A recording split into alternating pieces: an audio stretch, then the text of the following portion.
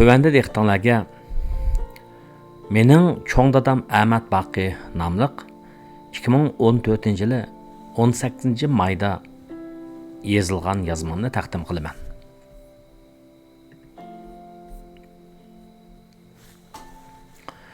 Mening cho'ng dadam Ahmad Baqi. İlave. Har qandaq bir avlodning ajdodi bo'ladi. Meningmi o'zim faxrlangidek ajdodlarim bor. Men ularning bu dunyodan halollik va rostchilik bilan, yaxshilik bilan yashab, avlodlarga yaxshi tarbiya va ta'sir, mehr muhabbat qoldirib o'tganidan cheksiz faxrlanaman. Men mazkur yozmamni anamning dadasi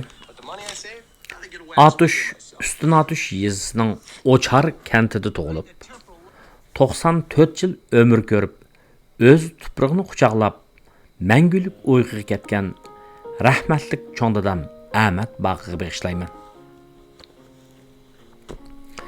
Men 2011 yili avgustda vatanga borganda, Qashqar aydromidan Üstün Atuşga kirgan tunji qadmimda urug' tuqqanlar bilan Ahmad dadamning qabrisiga berib, uningga va boshqa bizdan mangulik ayrilib ketib qolgan tuqqanlarning ro'yiga duo qildim.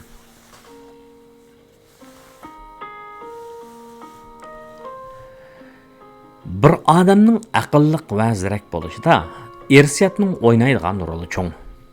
Farosat keyingi turmush amaliyoti jarayonida irsiyatdan kelgan aql tuprog'ida bax surib, oilaviy tarbiyaning ta'siri va ijtimoiy sharoitning g'idiqlashi talabi va taqozosi bilan yoki zo'rayib boradi yoki uxlab qoladi.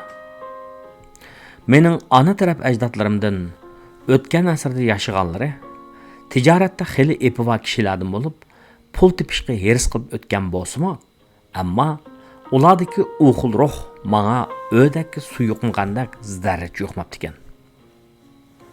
O'ylasam, mening pul tepishga heris qilmasligim balkim qanoatchan bir oilada va yoki bozor bo'lmagan kishilar o'zida bor bo'lgan o'shiq narsani boshqalarga pulga setishdan uyilib, bekorga berishga rozi bo'ladigan tog'liq o'rmon maydonida cho'ng bo'lganligimdan bo'lsa kerak. Bo'lmasa-ku, Atush Uyg'urlarining ba'zilarida bo'ladigan tijoratga mahirlik mening ajdodlarimda bor edi. Masalan, mening onamning cho'ng dadasi Atushning Üstün Atuş yezisi O'char kentida tug'ilib yashab o'tgan Baqi ismli ulug' bobimiz ovozlari bom ham cho'ng chiqadigan tembel kishi ekanmish. Bu ulug' bobimiz o'tgan asrning boshlarida Shadin, ya'ni Qashqarning atrofidagi yurtlarda yashaydigan odamlar zamonasidan buyon Qashqarni ashundoq atishib ketdi ekan. Ularning nazarida dunyoda Qashqardan o'ta go'zal va ulug' shahar yo'q. Yani bu ulug' bobimiz Shadin mal ekilib, Üstün Atushning bozorlarida sotar ekan to'q. Anamning deyishicha, bu ulug' bobimiz meni, ya'ni avrisini 6 oylik chig'imda ko'rib, quchoqlab so'yib ketibdi ekan. 1971 yilning oxirida 96 yoshida qazo qilgan ekan. Baqi dadamning Ahmad Baqi va Rahim Baqi deb atilgan ikkili o'g'li bo'lib, Ahmad dadam anam Maram Saxonning dadasi edi. Ahmad dadam ot kasbiga varislik qilib, o'smir chog'larida do'kon ochib, xili bayashat turmush kechirgan ekan. Hatto mening qaynotamning yurtdan Urumchiga chiqib yashaganiga 60 yil bo'lganiga qaramay, cho'ng dadamning ayni chog'dagi yurtdagi ishlarini aniq va to'g'ri tasvirlab beralganiga qaraganda, cho'ng dadam zamonasida shu yurtdagi yomon emas tijoratchilarning biri degan gap. Anam menga jahonni ocharchilik bosgan qattiqchilik chog'larida bozor taqalgandan keyin setilmay qolgan kup-kupdagi chilon, jigida va yangaqlarning o'zlariga bak asqatganligini so'zlab berdigan. Ahmad dadam o'zi savotsiz bo'lgani bilan pulning hisobotini yaxshi biladi. Men kichik chog'larimda uning qo'noq urqi bilan hisob qildig'ini ko'ratdim.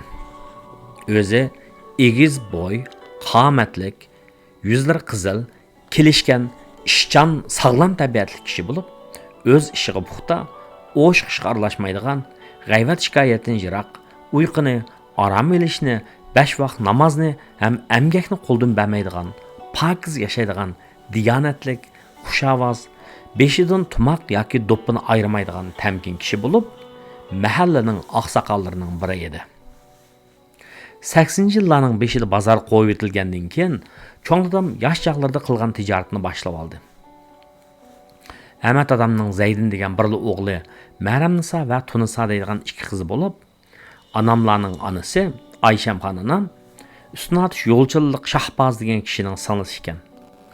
Ayshamxon onamning ota-onasi burun o'lib ketganlikdan, uning aksi Shahboz dadimiz ota-onasidan kichik yetim qolgan bu singlisini o'zining Osman Shahboz, Abdurish Shahboz degan o'g'illar bilan birlikda balajlab beqib, bo'yiga yetganda Ahmad adamga yotliq qilgan ekan. Rahmatli Ayshamxon onam ko'chirdak 3 bolasini yetim qoldirib, 1950-yillarning beshida tug'ut jarayonida qazo qilib ketgan ekan. Cho'ng dadam Ahmad Baqi tag'am Zaydin Ahmadning mandimatlik o'g'illarini va har ta'tilda tog'dan tushgan meni bozor kunlari kayniga silib olib, yezining bozoriga olib chiqatdi yoki shaga sodliq erib boratdi. Mening mushu ay mushkullarda cho'ng dadamning biz navrlarga singdirgan bevosita yoki vositalik o'rgatgan turmush ham tijorat bilinir bo'lgan minnatdorligim bargan siri eshib bormoqda. Men o'tgan yil avgustda Qashqardagi Kona choyxona deb bir she'r yozgan edim. Chunki men Qashqarning nurg'un tarix yoshiringan seyrlik choyxonalarida 9 yosh bilan 12 yosh chaqlarim shu mezgillarda cho'ng dadamning kaynida yurib, hozir asyaligidek darajada uningda hozirlanib, qora shamlari laylab turgan seyriq sapal qachilarda issiq girdi nonlar va yoki mazlik samslar bilan g'izolangan choy ichgan. Cho'ng dadamning menga ayni chog'da ashu fursatlarni berganiga rahmat. Odam degan mana shundoq ko'rib, tetib, sezib, selishtirib va o'ylab o'rganadi ekan. Yelimi esimda. Nurg'un qitim uningga agishib, shaga mal ilish bagil bag'antim. U chaqlar 1980-yillar amdi kirgan chaqlar bo'lib, Qashqar bozorlari jonlanib, ajoyib hayoti tusga kirgan edi. Uzun yil bo'g'ilgan odamlar, tunjiqqan islar va talpinishlar biraqli portlab chiqqandek Qashqar bozorlari ajoyib qaynam tashqinliq cho'mgan edi. Qani o'qirmanlar, ko'z oldinglarga do'lisiga kichik xurjin silib, oq shapaq do'ppini kiyib olib, cho'ng dadisining kaynida cho'ng dadisi yosh chaqlarida elim berim so'z setiq qilishgan ko'n cho'pqallardan olgan chilan, yanaq, mampis kampit va kucharning so'pillarini qachilayotgan, cho'nglarning so'hbatiga qiziqib quloq silayotgan, cho'ng dadisi bergan 20 sent pulga Qashqarning o'xshagan lampolarini ezib, hozirlanib yeyotgan kichik 10 yoshli qaysarni ko'z oldinglarga keltirib yiqinglarchi. Kim esinglarga keldi? Yeliqi yo'l boshlovchi filmidagi o'smir Bahoudin va uning bo'g'isi esinglardimi? Men dal shunday holatda cho'ng dadamning kaynidan agishib mang'atdim. Buning foydasi menga ko'p bo'ldi. Chunki men tag'liq bo'lgandan keyin meningda tovar va bozor idisi yo'q deyarlik edi. Ham bir o'smirda undaq idining bo'lishimi talab qilinmaydi, zarurmi emas edi. Cho'ng dadam yaxshimi tijoratchi bo'lib qopti ekan. Uning kaynida yurib, mushu shaga billa mal olg'ilib berib, mallarning turini, xususiyatini, xaridorlarga qanday muomala qilishni bilib qolgan edim. Undaq bo'lmagan bo'lsa, Muhammad Anjan kavasini qo'g'inda pichib bas ishini bilgan, anjurning ichidagi urqini ko'rib, "Bu attangdan ko'ragi, maga ne deb pul satasың" deb baqqalning oldiga anjurni atgan, bozor ko'rib boqmagan tag'dagi atambaydak satda cho'ng bo'lib qolatdim desa. Mening bir navra tuqqanlarim tijoratga puxta edi. Ya'ni ular tijoratga ching bo'lib, "Voy, manfaat qilmaydi deymi?" deb turib, hatto tuqqanlardan bahona talishib turib sodlashatdi. Biror ikki yanaqni ortiq qilib olsa, g'udung shitdi. Men ularga qarab, tuqqandimi pul olamda deb o'ylab turib ketdim. Menchi bo'lsa bekorga berish kerak edi. Hatto tonishlar do'kon kirib qolsa, amal ba mal ishkovining ostiga yo'shirinishga tamshlatdim. Sunatishning dehqonlik kentidagi yezi bozorga yakshanba kuni cho'ng dadamga hamkorlashib mal sotqili bildi chiqqanda, tonish bilishlarning kelayotganini ko'rsam, beshimni tiqib olatdim yoki amal qilib qochib ketatdim. Nemishqadir, men tonish bilishlarning qo'lidan pul olishni xijil bo'lgan ish deb qaraydim. Cho'ng dadam Qashqardan Sopakda, ya'ni qo'l traktorda tijoratchilar elib chiqqan qo'g'in tavuzini setib olib, do'konining oldiga tushirilib sotadi. Uning nazarida tijoratchi degan faslga qarab, ehtiyoj qarab, foyda chiqadigan tovarlarni setishi, foyda oz bo'lsa-mu, chiqsil elib setish kerak edi. Yazliq yig'in mezgilida biz navralarni eshak arvoyisi bilan O'char kentidagi Munar deb atilgan yerning 300 metr ustiga Sidiq Banjaning, ya'ni bu odam cho'ng dadamga navra ini tuqqan bo'lib, ikkisining chiroylari o'xshib ketishadi. 40-yillarda askar bo'lib Sidiq Banjang deb atilibdi ekan. Shu Sidiq kamning uyining o'dilg'i joylashgan yeziliq oshliq isklatining oldiga sotqili chiqaratdi. G'allapiraq topshiriqli kelganlardan qo'llariga pul tekkanlar ballarga qo'g'in tavuzi elib ketishadi. Üstüne atışının har qaysi kentlardan kelganlar asosan ballarga isklatning oldidagi tijoratchilarning oldidan quruq qo'l qaytmay bir narsa setib olib ketadi. Shu amaliyot bo'lg'achqa, men qo'g'inlarning turini nerdan chiqadiganini bilib qolgan edim. Beshakchin, ko'kchi, ayxonnas bu qo'g'inlarning tatligini. Agar tijoratchi bo'lgan bo'lsam, men yiliqi lampon sassa o'zi yavaladigan, gazir sassa o'zi chiqib oladigan, dug'ab sassa sarang qilib ichib oladigan birisi bo'lmaydim cho'qim. Chunki navra tuqqanlarim qo'g'in tavuzini yaxshi sotgan kunlari 2-3 ni yeyib olishimizni haqliq deb qaraydi. Ammo men uni yegim bo'lsa-mu, toza to'g'ri topmaydim. Chunki kechda cho'ng dadamga hisobot berganda yuz qizardigan ish bo'lib qoladi deb. Mubada men askar bo'lgan bo'lsam, qaltis inson g'uroy qildigan, postor desa buyruqqa bo'ysunib, migdab bo'lsa-mu tik turib oxiri charchab, kaynimga tiringida Heliqi Ulug'jat naylik 1-o'rta maktabda o'qigan, yataqning oldidagi o'zi to'kkan yunda muz bo'lib ketib qolganda o'zi yiqilib tushgan bichora pamirdak o'rilib tushib, quloqchan bir yerga domlab ketadigan birisi bo'latdim-ku deyman. Shu mas'uliyatchanlik tuyg'usi yo'lida bo'lmasa-mu, bo'lmaydi ekan juma ba'zida. Cho'ng dadamning qilganlari to'g'ri ekan. O navralarga o'zining tijorat ditini, ya'ni bir xil pulga va tijoratga sazgurlik bilan muomala qiladigan ishchan va sagik odamni kichikdilni yuqtirib bengibdi ekan. Bu xislatlar tag'amning o'g'illariga yuqini bilan menga yo'qmidi desa, balkim bu mening uning qizining balasi bo'lganligimdanmi va yoki mening uning bilan faqat ta'til mazgilida turadigan vaqtning ozlig'idanmi, bunisi noma'lum. Balkim cho'nglarning qizining balasi haqning balasi degan gapning Uyg'urlardagi avlodning uzluksizligini ota tarafdan asos qilib sanashning ma'lum ilmiy asosimi bo'lsa kerak. Men har qatim tijoratchi va korxonchilar bilan uchrashgan chog'imda cho'ng dadamning kelishgan qomati, pokiz chiroyini va ishchanligini, ham sodadagi illiqligini, hamda uning ba'zi qiziq ishlarini esimga olaman. Bundaq chog'larda uni bak seg'inib, ko'zlarimga yoshlar kelib ketadi. Kooperatsiya mazgilida birer yüz tuyoq qo'y o'chkisi va boshqa mol mulkini torttirib atgandan keyin jamiyatga ishonmaydigan bo'lib qolgan cho'ng dadam tijoratda topgan foydaning bir qismini uyning, ho'ylining, samonliqning tomlariga, yog'ochning kavaklarga tiqishga odatlanib qolgan ekan. 1980-yillarning o'tirida yurak kesilidan qattiq og'rib Qashqar Kerambag' doktorxonada davolanayotgan mazgilda u birdan-bir enisi biz navralar Rahim dada deb chaqirgan onamlarning tog'isini chaqirib vasiyat qilib, andan shundaq debdi. Raymahon, meyak yagina. Men hozir asuşimning barida davolay. Avu palonchi uyning pustanchi yerida, ig'ilning avu temida, samonliqning munu yerida men tiqib qo'ygan kichkina o'qatma. Men hozir berib ilib ol. Xudoning rahmat bilan cho'ng dadam u kasaldan saqayib, yana 20 yildan ortiq umr ko'rib 94 yoshda vafot bo'ldi. Intayin pokiz ketdi. Anlasam, taki ko'zini yumg'icha o'zining hojatidan o'zi chiqibdi. Cho'ng dadam vafot bo'lishdan bir oy burun anam uyga akilib beqiyotgan ekan. Mening telefonda cho'ng dadam bilan shundoq suhbatlashganim esimda. Voy jonim cho'ng dada, mijozing yo'q bo'lib qopti, yo'qlab bora olmadim. Dollar avatsam go'sh ilib yeyalamsan. Yemamtiki, dollar bo'lsa hajlaymiz uni.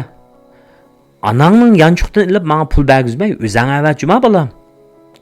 Ata yanıla o'zining qizini ayaydi degan shu-da. O chaqda cho'ng dadamning ovozi yanıla jonliq va tetik edi. Men undaq oson ketib qolar dematdikanman. Anam Amerikaga kelganda o cho'ng dadamning hayotining oxirgi kunlarida Qaysar bolam qandoq bo'lib ketgandi, bir ko'rsam bo'ladi deb ketganlarini aytganda, ko'nglim to'liq buzildi. Chet elda yashab qolganlarning eng cho'ng baxtsizligimizning birisi mana shu. Söyümlük adamlarımızın yanında alqılıq payti bo'la olmaymiz. Çoğun tağımız Rəyim Baqi intayın aq ko'ngil mehmondo'st, xushchaqchaq kishi bo'lib, bir narsasi bo'lsa, ko'ngilchanglik qilib boshqalarga berib qo'yib, ondan o'zining narsasini haq bermasa, ulardan so'rab elishdan uyildigan qo'li kang sehi kishi edi.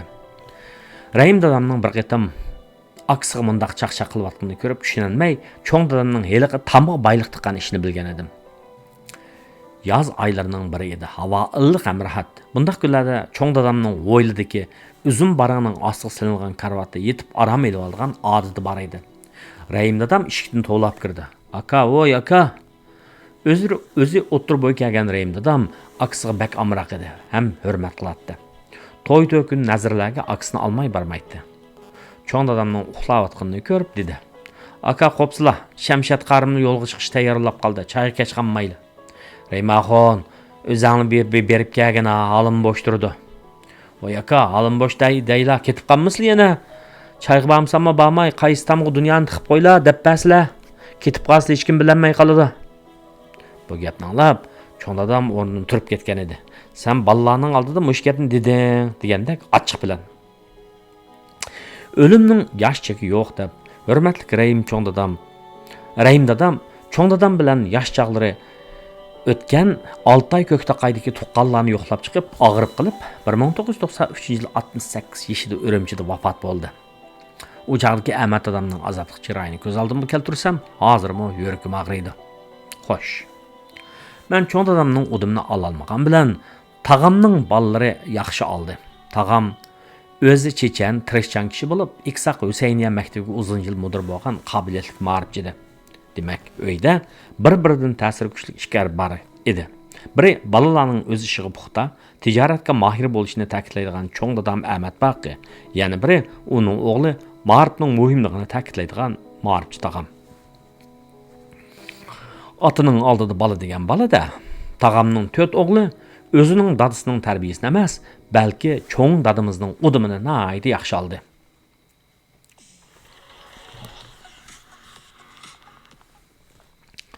Ben 2011-yili vatanga borganda ko'rdimki, ularning hammasidagidek o'zga kuchli xilali yaxshi egilik tiklabdi. Navra enim G'ayrat meni Atishning ko'chasida mashinasida aktivatdi. Bir telefon kelib qoldi. Jiga deb toza aniq Atishda lapizda Xitoy so'zildi. Aslida uning mal zakaz qilib bir Xitoy savdogar telefon qilib ekan. Hey, jiga deb yurib pul deb ketibsan dedim men enimga qarab. Menna jiga deb Xitoychini Xomeni deb inglizcha so'zlaysan, xalqaroliq boyib ketamsan nima? G'ayrat man qarab kulib ketdi-da, mundaq dedi. Shu tillarni so'zlimgach tepatgan pul bu aka. Mening esimga darhol buningdan 10 yil ilgari bo'lgan bir ish keldi. Mendan keyin Bostonga o'qish kelgan bir qarindishimiz bir kuni kitob o'qib, menga o'ziga qiziq tuyulgan bir jumla so'zni ko'rsatgan edi. Kitobning avtori va ismi esimda yo'q, ammo u jumla hozirmi esimda bor. Amerikada qo'lidan ish keladigan odam oliy maktablarda professor bo'lmaydi. Yana bunday aytgan vaqtda oliy maktablarda professor bo'lgan odamlar qo'lidan ish kelmaydigan odamlar demakchi. U chaqda bu so'z menga ham g'alit tuyulgan, ham ta'siz tushunib ketolmagan edim. Navra enimning shu so'z bilan men 10 yil ilgari anglagan shu so'zning o'ttirisida qandaqdir bir bog'lanish bordek his qildim. Bir kunlarda bu vaqtimda bir o'ylanib boqqim bor. Tag'amning o'g'illari cho'ng dadamning tijoratiga udumni olgan bilan men cho'ng dadamdan o'zimga xos ta'lim tarbiya olgan. Nurg'un hikoyalarni anglagan edim. U o'g'il bolaning chabdas bo'lishini, samimiy va yaxshi niyatli bo'lishini ta'kidlaydi. Onun ayet o'qib tasvir serib turib, mening izlib, michilda qo'shaqmay yavatgan tamoqlarimga zangsilab, "Voy balam, o'g'albal degan gach-gach yemamda, tamoq deganni. O'g'albal ildam mangmamda, chaqqan ish qilmamda, bir ishni" deyishlari bakla esimda. Men 1994-95-yillar Urumchida bir jurnalda samimiylik qadrlanish kerak degan maqolani e'lon qilgan edim. Bu maqolaning xuruchi mana shundoq cho'ng dadam aytib bergan hikoyalardan biri edi. Samimiylik barg'ansir kamchil bo'layotgan hozirgi vaziyatda men bu hikoyani qayta tilga ilish orqali hurmatli cho'ng dadamga bo'lgan seg'inish va sevgilarimni ifodalayman. Cho'ng dadam bizga so'zlab bergan bu ish dal u yayma do'kondorchiligini to'xtatishga majbur bo'lishining oldida bo'lgan ekan. Hozirgi ochliq iskilatining tövündürek yerda Muna deydigan yer bo'ladigan. Her hayit bayramda biz tijoratchilar aşı yerda yayma yeyip mal satatdik. Balla hayitlik pullarga bizdan bir narsalarni setib olatdi. Aşı yillari bir ro'za hayitda hayit bo'lakchillar bir qizib ketdi. Esimni qilishcha mening yonimda doim degidek o'ltirib mal sotadiganlarning birini Qunaqin ustam deb ataydik. U odamning 10-11 yoshlarga kirgan bir o'g'limi bo'ladigan. Shu kuni aşı balımın dadisi bilan ikkimizning o'ttirimizda o'tiribdi ekan. Bozor qizib ketganda u mening diqqatsizligimdan foydalanib, bir mo'chan qimmatga bir kichik qalam turashni tiqib olibdi. Oradan 30 yil o'tib bugun kun kelganda nima bo'ldi demamsizlar? Cho'ng dadam qizishib alohida urg'i bilan aytgan edi. O so'zni. Bugun tushda mollarimni payshanba, nima? Yakshanba bozorda setib o'ltiratdim. Tembel bir adam. Assalomu alaykum deb chiroyliqni salom berib yanıma keldi. Qarab tanıyalmadım. U o'zini menga ayli Qunaqin ustamning o'g'li deb tanishtirdi. Hamda o'zining hozir qassoblik qilayotganini, hol kunning xeyli yaxshi ekanligini, Qunaqin ustamning u dunyoga ketib qolganini aytib kelib, meni Mehmet Mantichning mantiqxonasiga tamoq taklif qilib turib oldi. Dadam ko'rgan odamsizlar, billa tamoq yeyli deb. Mantiyatib o'zining ayni chaqda balliq qilib, mening ballarimdan bir qalam turashni tiqib olganini, buni 30 yil o'sib unutalmaganligini, uzun yillardan beri mush ish tufayli ko'ngli g'ash bo'lib kelganligini, shon bugun Alloh aytam, ash qalam turashning pulini to'lab bermoqchi bo'lganligini so'zlab kelib, 5 so'mni tanlab turib oldi. Men, "Voy bolam, men buni rozi deb qat'iy olganmadim, ammo o'ma olmaslar bo'lmaydi" deb chonib turib oldi. Tova, men bunday ishlarning bo'larini o'ylab baxmabdi ekanman.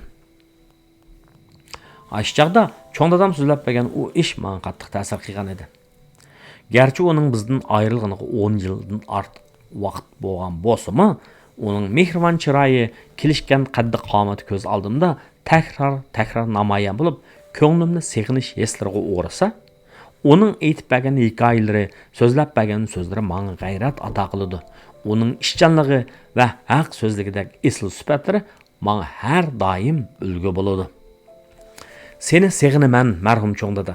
Seni cho'nqur seg'inish ichida avloding bo'lishdek muqaddas hissiyotim bilan aslayman. Janob Alloh yotgan joyingni jannatdan qilsin. Amin.